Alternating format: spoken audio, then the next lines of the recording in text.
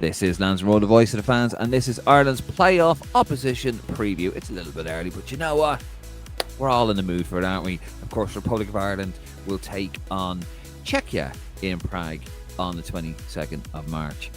And if they win that, they will play either Denmark or North Macedonia in Dublin, hopefully in a final playoff game. Now, if they lose the game in Czechia, then they'll play in Dublin and they'll play the loser of Denmark and North Macedonia. But we don't want to think about that. We want to be positive, of course. So we're here to just basically talk a little bit about the opposition and go through a little bit of campaign results, form, that kind of thing. And before we do that, just want to remind you guys, thank you for your support. But if you do want to support the channel, and we're going to have more content coming at you this week, Roar Plus, get involved, $4.99 per month. It really does help the channel, even if you just want to support the channel and help us do what we do. Of course, you were with us in Budapest, you're with us in Dublin, you've been with us in Armenia, you've been with us in Lisbon, Finland, Plovdiv, all these places. Well, if you want us to keep doing what we're doing, we really appreciate some support. $4.99 per month, whatever currency you have. And of course, if you just want to make a one-off donation, you can buy some coffee. The link is in the description below. Same for the Roar Plus. So we really do appreciate that, guys. I know it's a bit shameful, but you know, we need your money. Anyway, and also please do like the video and subscribe to the YouTube channel, please. We're Connor, how many? I'm going to give you permission to look. 400. We're 400. I checked earlier. We're 400. We had 4,600 earlier, so we're 400 off 5k. We're trying to break. At the very least, we're trying to get to 5k subscribers on YouTube before the end of the year. Let's do it. Let's do it before the end of the month. Hey, what do you reckon, Connor? Yep.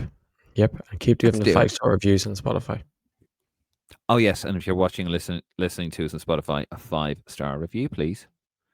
Yeah. Also, speaking of 4, because we're 400 off 5k, you are 4 days ahead of the playoff. We are not playing on this 22nd of March. If the 22nd of March are played, if you've booked the 22nd of March in Prague, which I hope you haven't, you're going to be in Prague by yourself. We're playing on the 26th of March, Dave. And then the finals on the 31st. You said 22nd. Did I say 22nd? Yeah. I was waiting for a chance. I usually I'd interrupt you and tell you you're stupid, but I felt bad. I was like, I'll wait, and I'll say you're a couple of days ahead. You don't want to butcher my intro like you did the last time, yeah? Well, you messed it up, so I just felt bad. I don't want to always go at you. I don't want to ruin your confidence. A bit like how Isaac's confidence is at the moment. It's lost confidence. They're all gone to the dogs. But yeah, anyway, you were 4 days ahead, sweetheart. You were 4 days ahead. I meant to say the 26th, but I'm gonna have a listen back to that. But the three lions has ruined your confidence. Don't mention. I'm trying not. If you know, you know. If you know, you know. If you don't know, you don't know. If you really want to know, you can ask Dave. Yeah, stop. Yeah, I mean, don't. Let's not go down. Okay, no need for traumatic experiences. But anyway, there's absolutely no need. 159. No, stop it. Don't be rude. Okay.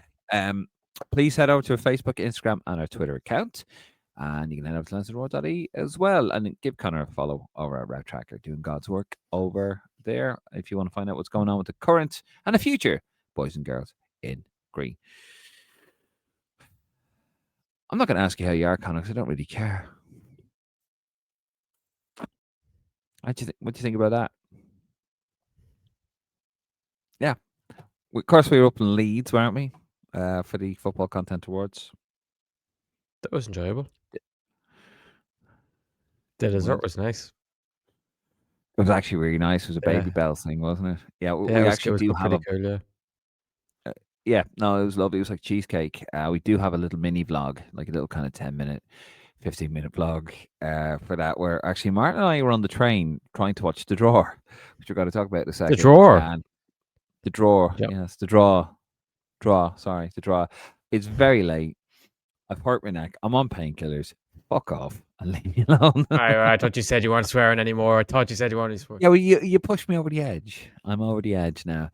But yeah, so yeah, it's true. I am strong painkillers at the moment, so I'm feeling a little bit dopier than normal. So I do apologize, folks. No, we had a bit of crack. Sadly, we didn't win. We didn't win, and that's okay, Colin. That's all right. That is absolutely fine. It's It's about okay. taking part that counts. Yeah, it's okay not winning, and a We're used to it podcast as coming. Irish fans. No, we're not. Not recently. We're in form, but no, it's okay to lose out to a podcast with 40,000 subscribers. Fair enough. The Juventus podcast. What was it called? Just Juve or something. Well I don't know if done. it was I don't know if it was a podcast. So No, well, it's kind of does what we do a little bit. Listen, fair play to him. And, absolutely had a little look at may have had a little look at the content just to see what's going on. Fair play to them. Honest to God, fair play to them. And well done to Three Lines podcast for finishing second.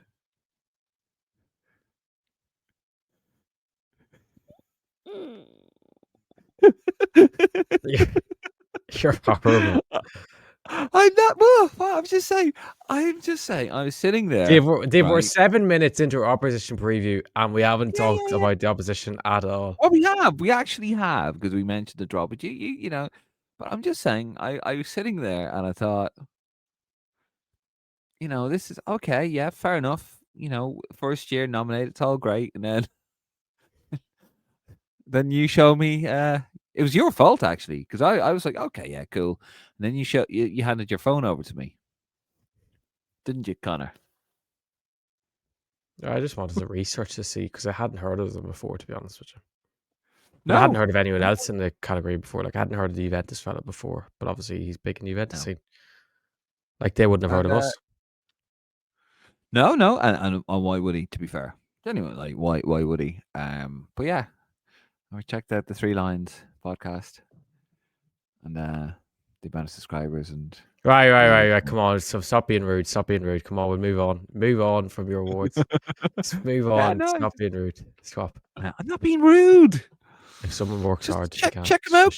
No, Check them out, guys. Stop. Move on to our opposition preview. No, I'm not going to the next one unless it's in London. That's all I'm saying. Right. Matt. Who? We're playing in Czech Republic on the 26th of March. Tickets are booked. Connor, I'll be over there on the 24th of March. But yeah, you got your flights, didn't you? Yep.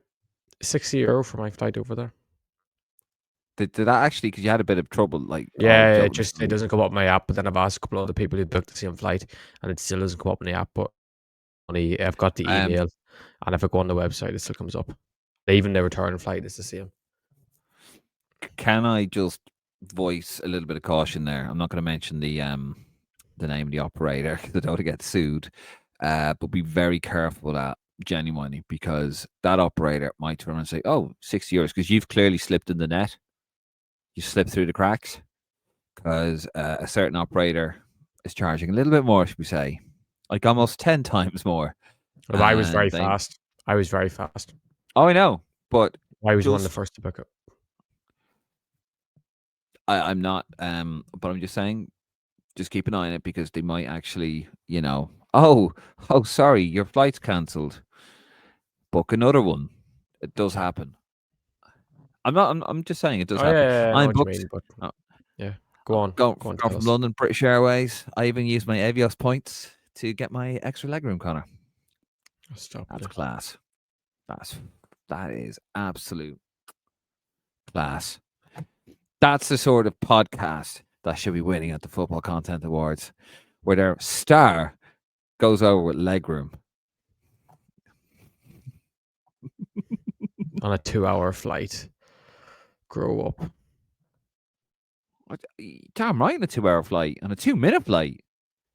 My neck is fucked. Don't know what you need actually legroom for that, but yeah. Anyway, I'm 6'2", Connor. Yeah, I'm 6'2" and I'm full of sex. That's why. Right. Yeah, and anyway, just before we go on that, if you've never been to a away game, probably I wouldn't advise booking flights over unless you want to go over and just have a bit of crack for a couple of days. But to be honest with you, it's pretty much impossible from an Irish fan's point of view if you're going to go out there without ever been to an away game before. There'll be people who will have booked this who've been to 5 or 6 away games that'll miss out on tickets on this because the allocation will be so small. So unless you want to go out and just have the crack for a couple of days, which it will be great crack, in fairness, it will be the Irish takeover of Prague, you're not going to get a ticket for the match if you're happy to go for a couple of days and sit in a pub and watch it because that's all you're going to get. But yeah, anyway, I'm There's sure nothing wrong with that, by the way. There's nothing wrong with yeah, that at all. yeah, I'm sure most people are aware that's what's going to happen next summer anyway when we qualify for the tournament because everyone will be more than happy just to go over to Yeah. the States or Canada or Mexico and just be a part of the occasion. But yeah, just a pre-warning in case you think you have a chance of getting Yeah. away ticket if you've never It, been. it is. It is going to be tough. It's going to be. We heard it in the Fortuna Arena, which I think hosts 20,100, something like that. We're going to get like 11. Sorry, we're going to get like 1,000 of that. And let's be honest, about 800 of those are probably going to go to the fans. And yeah, and look, we always give Martin a bit of stick and call Martin Delaney to take him out, but no, it's not going to happen, is it? Like you have to basically be in with the FAI to see you know you have to have the points on your game on your ticket. You have to have gone to, I think it's like, we don't know the exact amount of matches, but you know it's all that kind of stuff. So it's going to be very difficult to get tickets for it. So, but you know, best luck to whoever gets them. And yeah, why can you looking very shifty there? Your eyes are going left and right. What have I said something? No, I'm just looking at my screen. Yeah, but no, like yeah, poor Martin. He's not going to be able to really. He's not going to be able to help you, unfortunately. Yeah. Anyway, we'll get in. We'll talk about because we're 12 minutes here. We haven't even talked about our opposition. So, Dave, what are we here to talk about? We're here to talk about Czechia, and let's have a look. I mean, this is where they finished. Okay, so we're playing these guys in Prague. So they finished second behind Croatia, 6 points off in a group of Faroe Islands, Montenegro, and Gibraltar. So that's where they are now. Let's have a look at their path, Connor, to the playoffs. So, of course, first game against Gibraltar at home, battered. No, wrong. Gibraltar. No, wrong way. You're going the wrong way around. Oh, sorry, I am, aren't I? So they had a very decent start, won the first 3 games. So they beat Faroe Islands 2-1 home. Then they battered Gibraltar 4-0, I presume at Faro. And then he beat comfortable win over Montenegro 2-0 at home. But then, Connor, they went off the rails a bit, didn't they? Got an absolute hiding in Zagreb. 5-1 losers to Croatia. But got back on track with a 2-0 win away to Montenegro, to be fair. You know, not the easiest places to go to. And a more respectable result by drawing 0-0 with Croatia at home. And then, of course, a bit of an embarrassing loss for them, losing 2-1 away to the Faroe Islands. And then beating Gibraltar 6-0. Did their manager get fired over that, the Czechia result? He did. They've got a new manager coming in place for the playoff in March, which will be the first game. So they could have a new manager bounce, or they could have just the complete walls of maybe what we started off with a new manager trying to get adjusted to it. But I don't know. What do you think? Do you think they'll have a new manager bounce? I don't know, because the players aren't happy as well. Like there's a lot of disquiet in the camp. But yeah, I mean, it can happen, can't it? Like, you know, Alan Partridge always talk about the new manager bounce. Yeah, that's the thing with Czechia. Like there was a real sense of the unknown here. You know, like they didn't have a terrible campaign. I mean, look, they finished second. You know, you expect to be you expect to finish second behind Czechia. They had a banana skin. They got a hiding of Croatia. Probably where they're That's at not a little away bit. from home. It's away from home. It's not unexpected. Like, Yeah, you know that. You know, yeah, you know that's where they're at really. And you know they drew 0-0 at home, but I think Croatia probably either were through at that stage. And okay, they lost 2-1 in the Faroe Islands, but I mean, Faroe Islands it's one of those places, isn't it, where it can be. It's a banana skin. Any team can have a banana skin. Jack had his banana skins with Ireland, you know. So a bit harsh, but there you go. yeah, They teamed them surplus for the requirements, but it's kind of mad though. It's like Czech Republic. I just can't believe that the biggest stadium's 20,000. it's shocking, isn't it?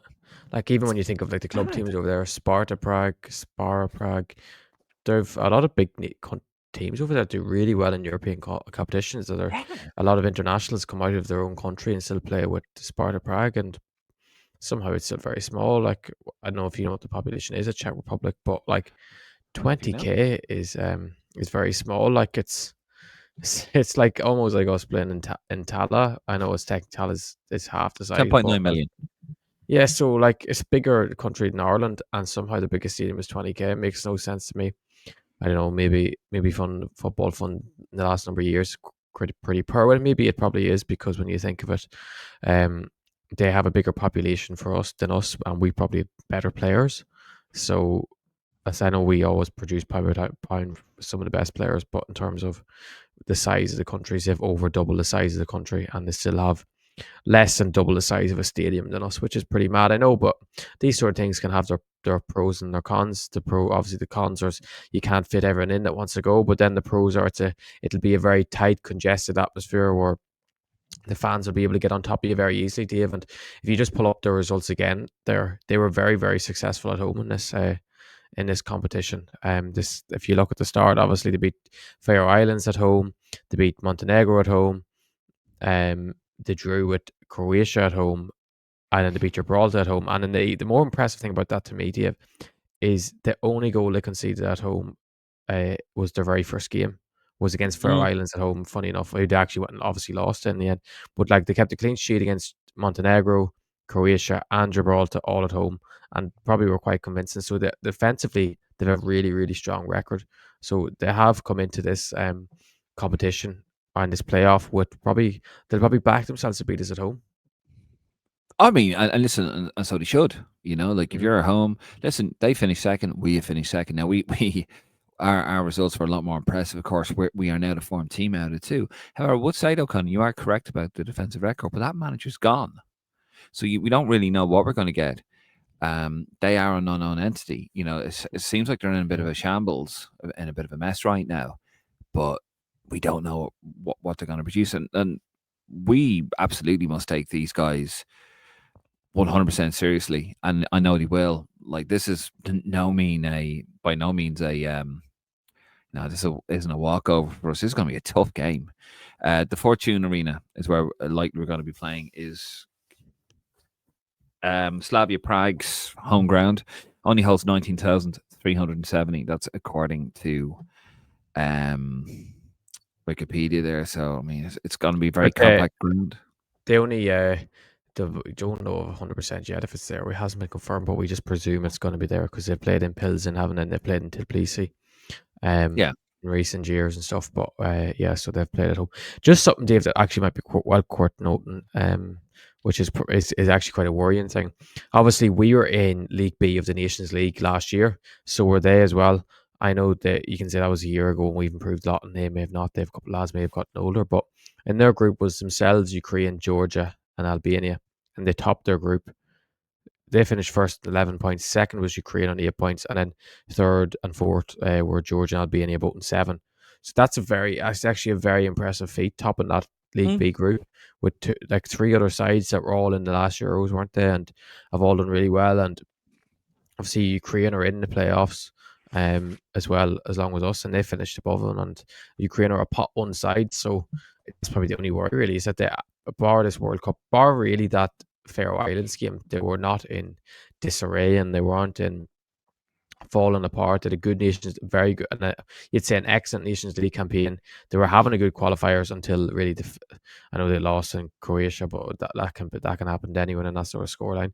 But then the Faroe Islands game is really what kind of probably tipped them over the edge. And obviously the manager was sacked before the Gibraltar game, so then they had an interim in for the Gibraltar game, and then they battered Gibraltar at home to finish the campaign on a high. Obviously, they were already guaranteed second, and maybe that takes the shackles off a bit. You can kind of just go at them and just play football without having to worry about conceding. But yeah, they're not going to be an easy team, particularly at home with the fans on top of us, won't they? Yeah. Just looking here actually at the rankings, we got the most points at the last window, 34.86 points. Mm-hmm. It's Do about you know right, that? isn't it? Yeah, we beat the fifth best team in the world, and they were like what 37th, weren't they, before that last? Yeah, that's So yeah, that's really good. So Czechia are 44th in the world, and they got like 2 points on their ranking for their win over Gibraltar. Gibraltar. Yeah, look, it's an interesting one.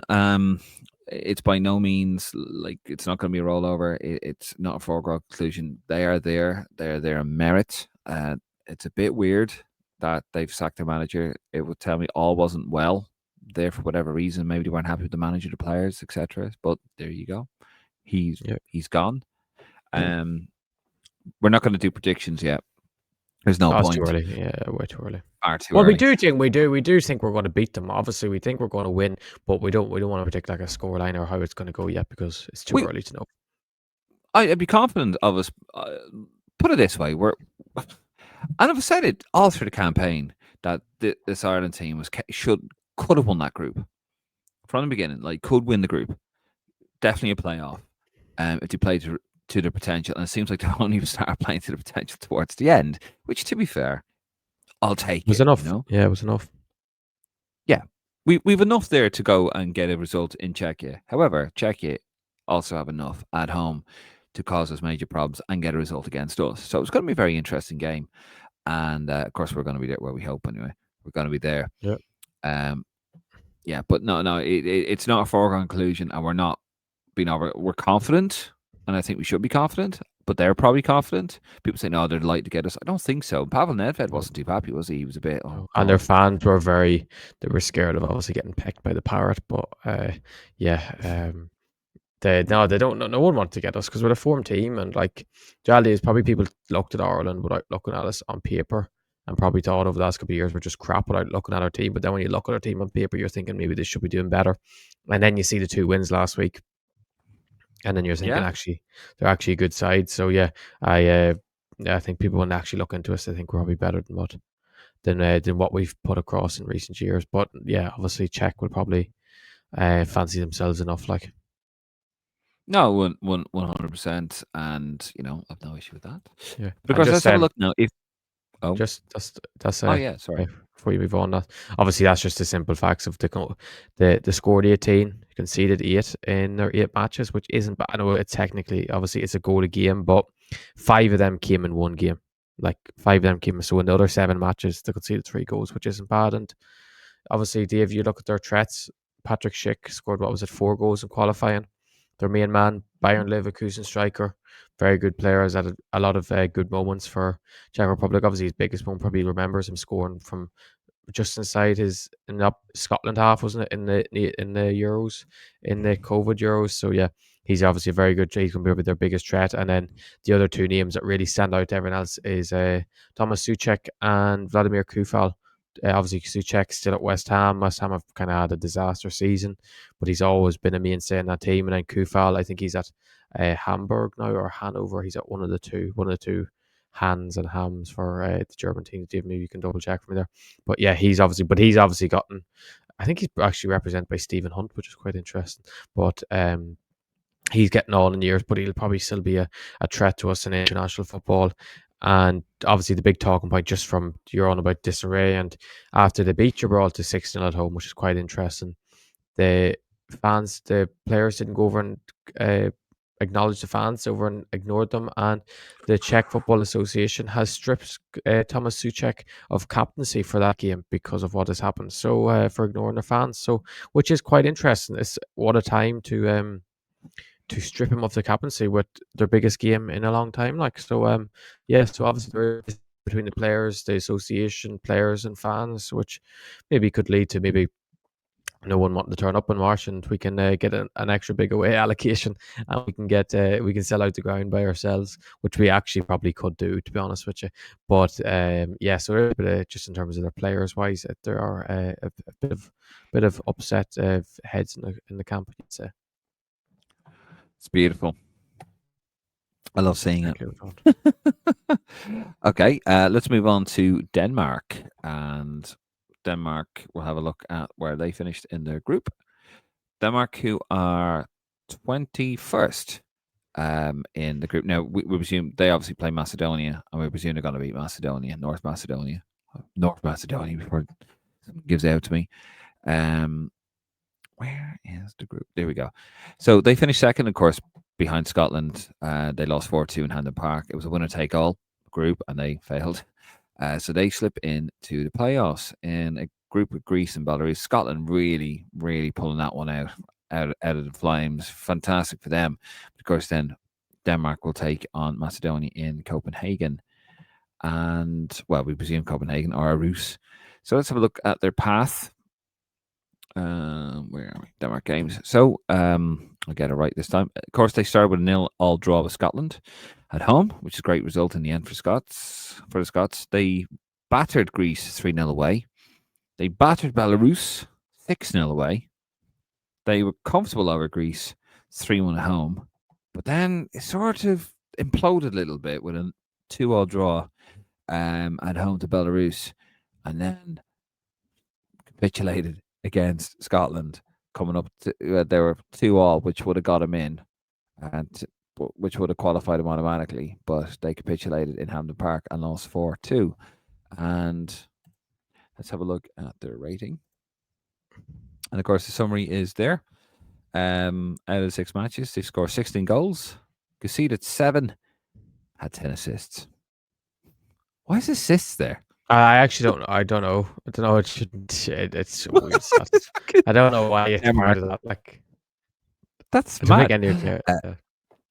Yeah. Assist. Anyway, so that's Denmark there. So that's who we're playing. And of course, well, if we get through, I'd imagine that's. And they have to get through first. And they have to get through first. And you don't know. You really, really don't know.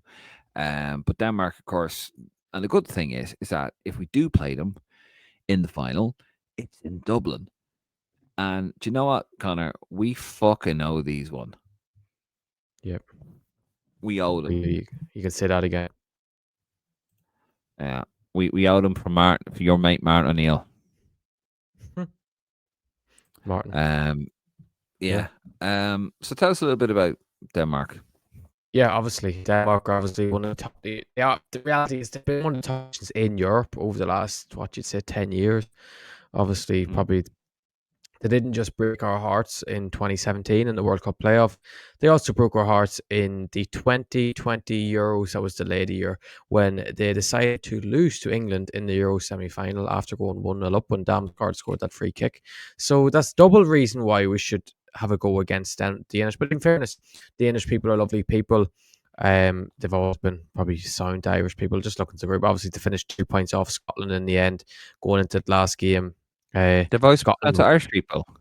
Well, in general, Danes, have they? And anyone Danes. Oh, well, not going back that many years, but in recent years, they've always been signed to me, and anyway, people have been signed to me. Oh yeah, but, yeah. That's fine. I just came over, slaughtered the country. And, oh man, I don't mean that long ago. I said not that long ago, not long ago. But you love English people and how good English people are with Irish people, and what they've done to us as well. And also, I just want to point out the fact that when they beat us 5-1 in Dublin, and you know nobody ever brings this up, but it pissed me off. They wore Viking hats in Dublin. Not cool. Okay. Yeah. Not cool after you batters 5-1. That was not cool at all. Anyway, but anyway, a history lesson for you there, folks. But people have moved on, Dave. I haven't. But anyway, yeah. But obviously, Dave, the big surprise thing. You're always slagging the English off, you cheeky Oh yeah, bastard. because I don't like the English. Oh yeah, but anyway, go over there and get educated.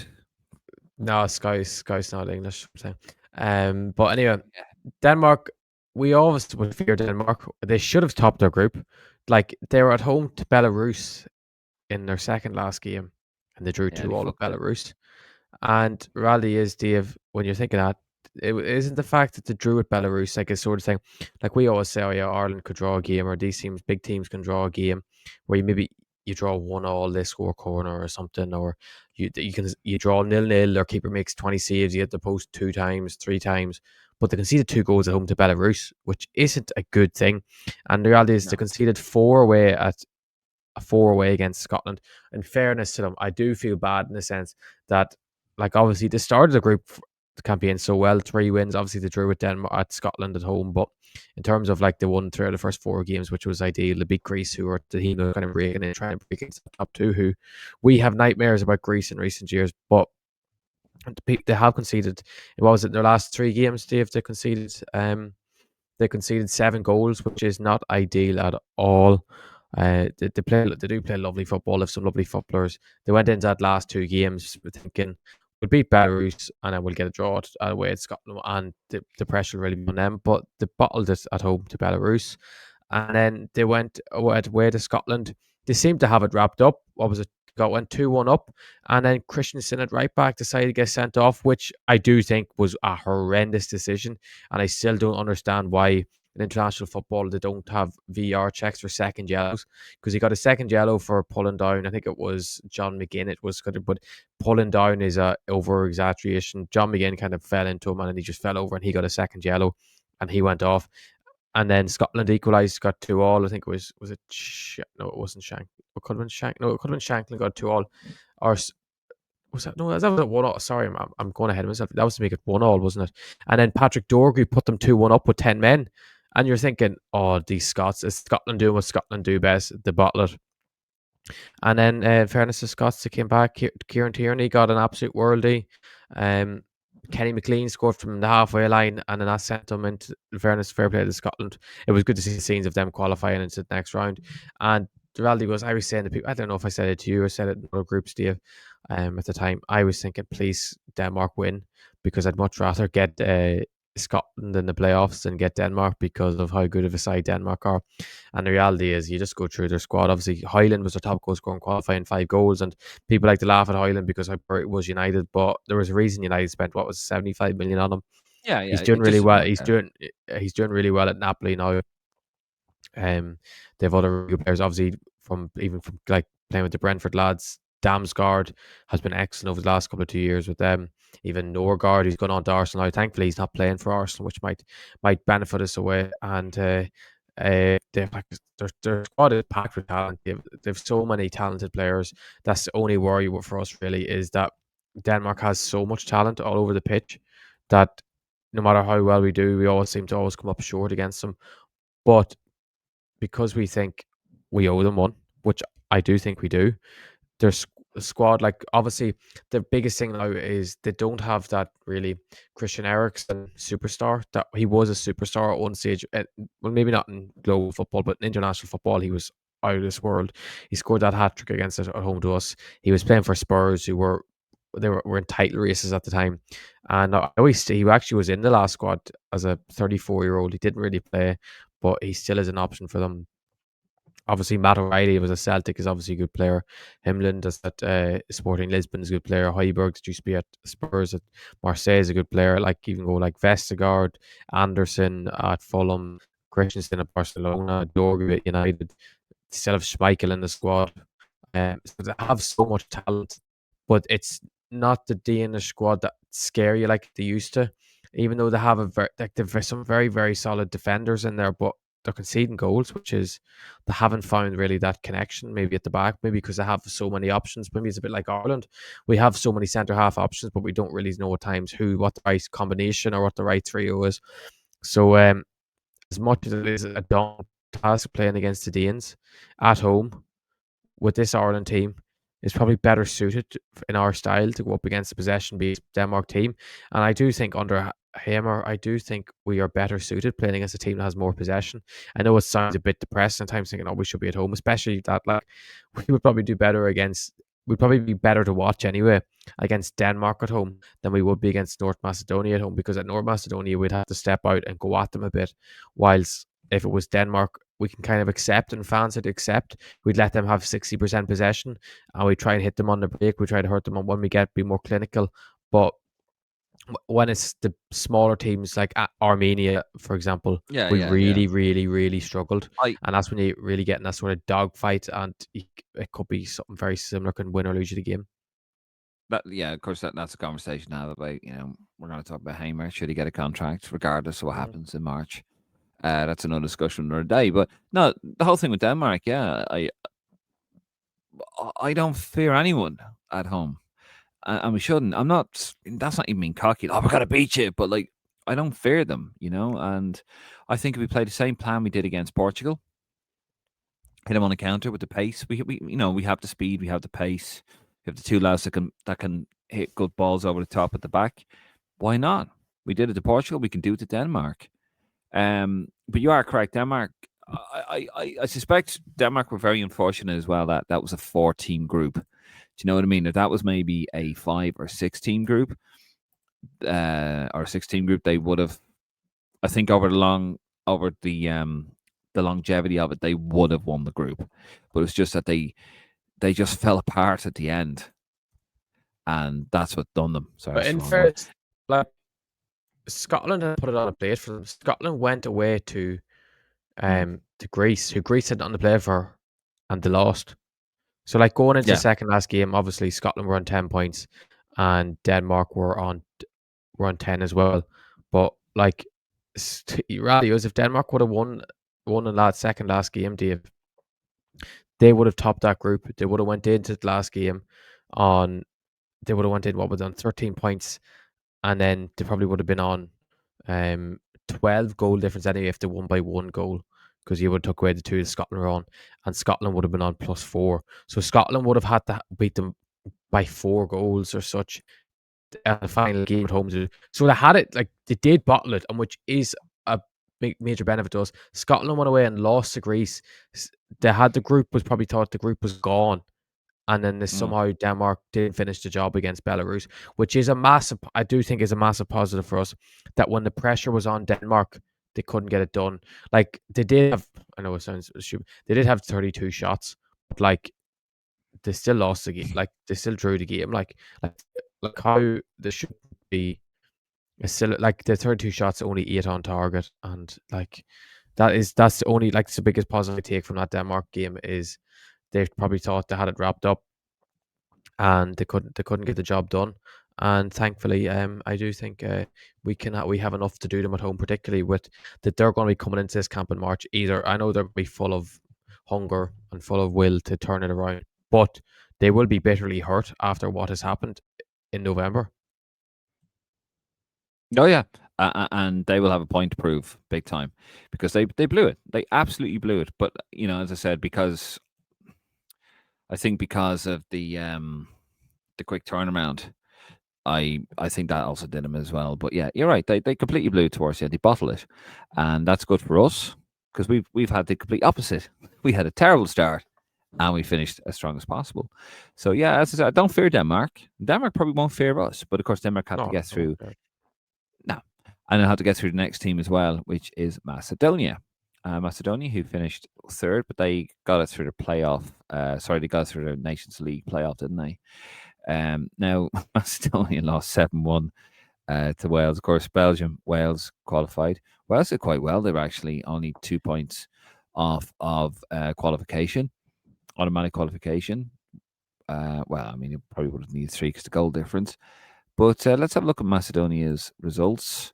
Started with a 3-0 win in Liechtenstein, drew 1-1 with Wales at home. I remember that actually. Then, held Belgium to a respectable 1-1 draw. And then beat Kazakhstan away 1-0. Then hammered Liechtenstein 5-0. Then got a great result away to Belgium.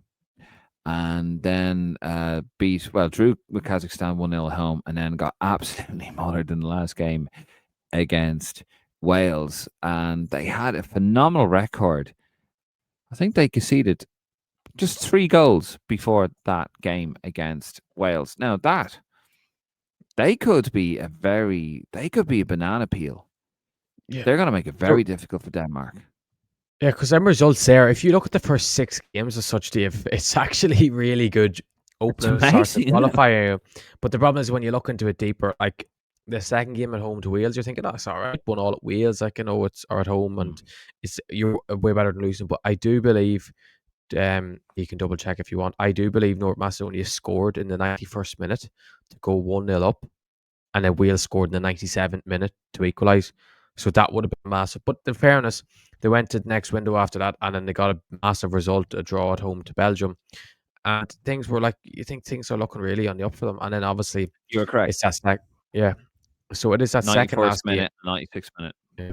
So they did do a Denmark on it in October, Because obviously if you look at it there, just looking at they only had Wales in November, and the reality was if they had beaten Kazakhstan at home, they would have finished second in the group. Like Denmark would have topped the group, they would have finished second in the group, and they found a way about that, which is their own fault, Well, really. they would have had they would have had 15 points, so Would have they had wouldn't have 16. finished second. Yeah, but like if they had have beaten Kazakhstan, they would have 15 points.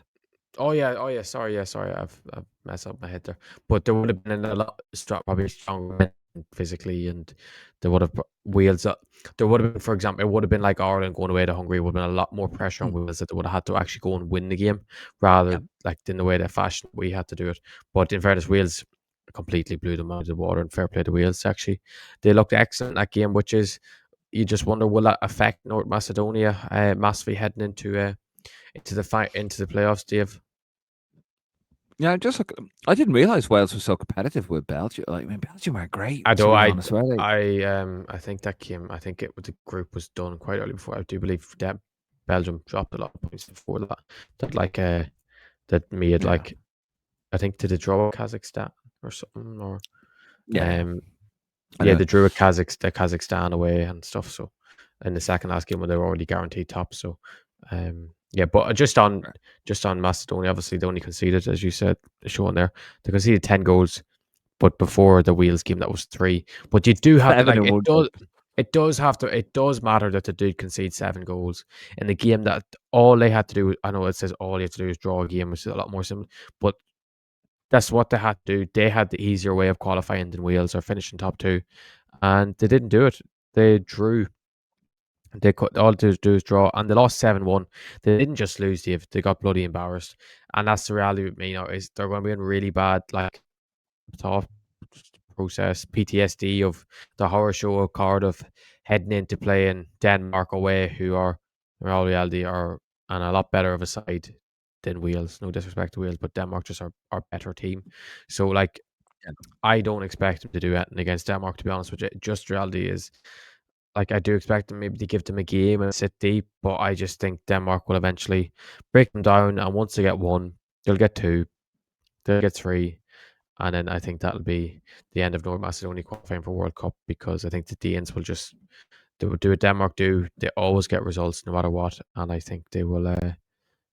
They will. They. Oh, sorry. By the way, no, I didn't know. No, never mind. Go on, Dave. You look, give a No, face. what were you going to say? Huh? No, no, I wasn't going to. I was going to say. So I thought I had made a mistake, but I didn't make a mistake. So when you were looking at your score made me think I effed up something. No. I was actually getting ready to sneeze. All right. So that's why I put it on mute and I put a picture so you wouldn't see me sneezing, which would probably finish my neck off.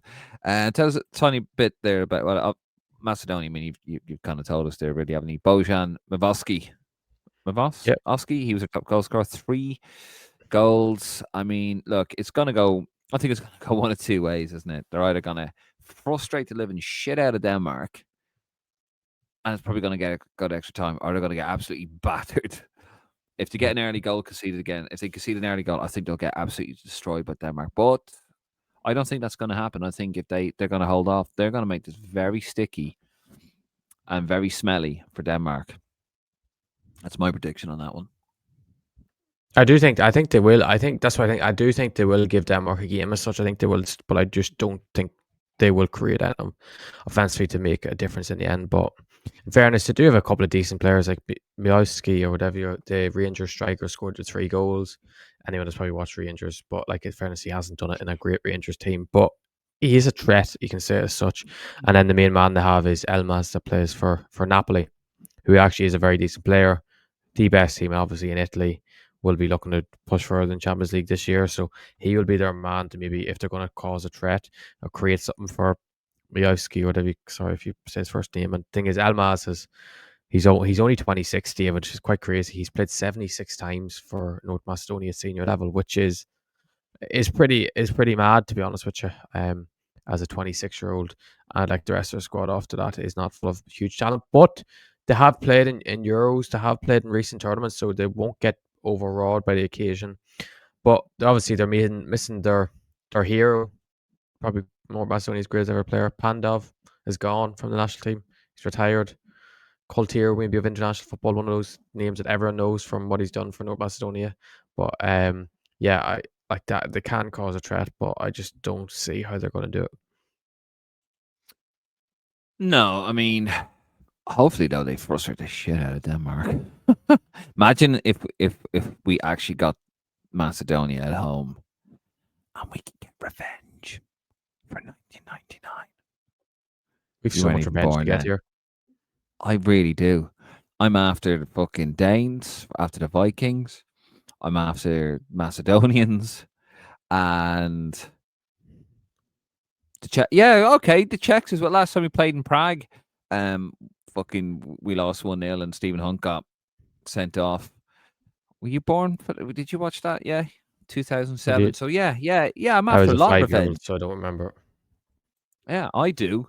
We hit the. I think we hit the post as well. We had one cleared off the line. We were on the Steve Staunton, and we were terrible. Like it was one of my God, Joe better would be so performances. depressing. Joe would be absolutely gutting if Go Ireland on. lose to Czech Republic and then Macedonia beat Denmark.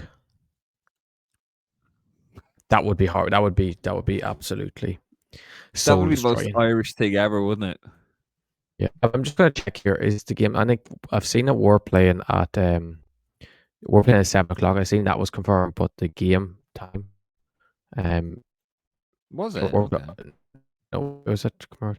Well, there was a time confirmed on the FAI graphic that they did put out. But no, both games start at 7:45. So I've just checked. Both games are at 7:45. Which makes you think that that we're going to find out at the same time unless both games go to penalties. I just googled their tickets for the match. They're already selling tickets in the Fortune Arena, Dave, on Seat Pick. And do you want to know how much Category 2 tickets are? Go on. €500. Category 1 are €600. Category 1 Premium are €750, which I believe have been sold out already on Seat Pick. So it is going to be in the Fortune Arena. They're already selling it. Yeah, on Seat Pick they are anyway, which seems like I think it's one of those like SeatGeek or they're them reputable second option tout website. Would you say tout websites or some sort of ticket websites? Yeah. But yeah, so it will be the Fortune Arena. I don't think it's been officially confirmed, but obviously people in them sort of companies probably hear things that it will be there. So yeah, that's what I mean, we it has presume to it will be. be. It has to be because they have to give 5% to us, and they got absolutely mental. And just looking at the different stadiums, that is the biggest one. The next like 11,000, 13,000, that kind of thing. Anyway, we're gonna leave it there. Connor, thank you very much for that. Hopefully you If we've missed anything, make sure you tell us. tell us in the comments. Yeah, we by the way you support, but over the last window, whatever, fantastic. Our numbers absolutely flying through the roof, through the ceiling. Brilliant stuff, guys. Thank you so much. Yeah, it's been amazing year for the podcast, amazing year for the Irish football team. We got there in the end. Although the job's not done yet. But before we go, please don't forget, if you want to support what we do, things like going to Budapest, that sort of stuff, and you want us to be there with the action, you can support us on Roar Plus. It's $4.99. Any currency, doesn't matter. It's in the description below. And if you want to just make a one-off or a few payments to us, you can buy us a coffee.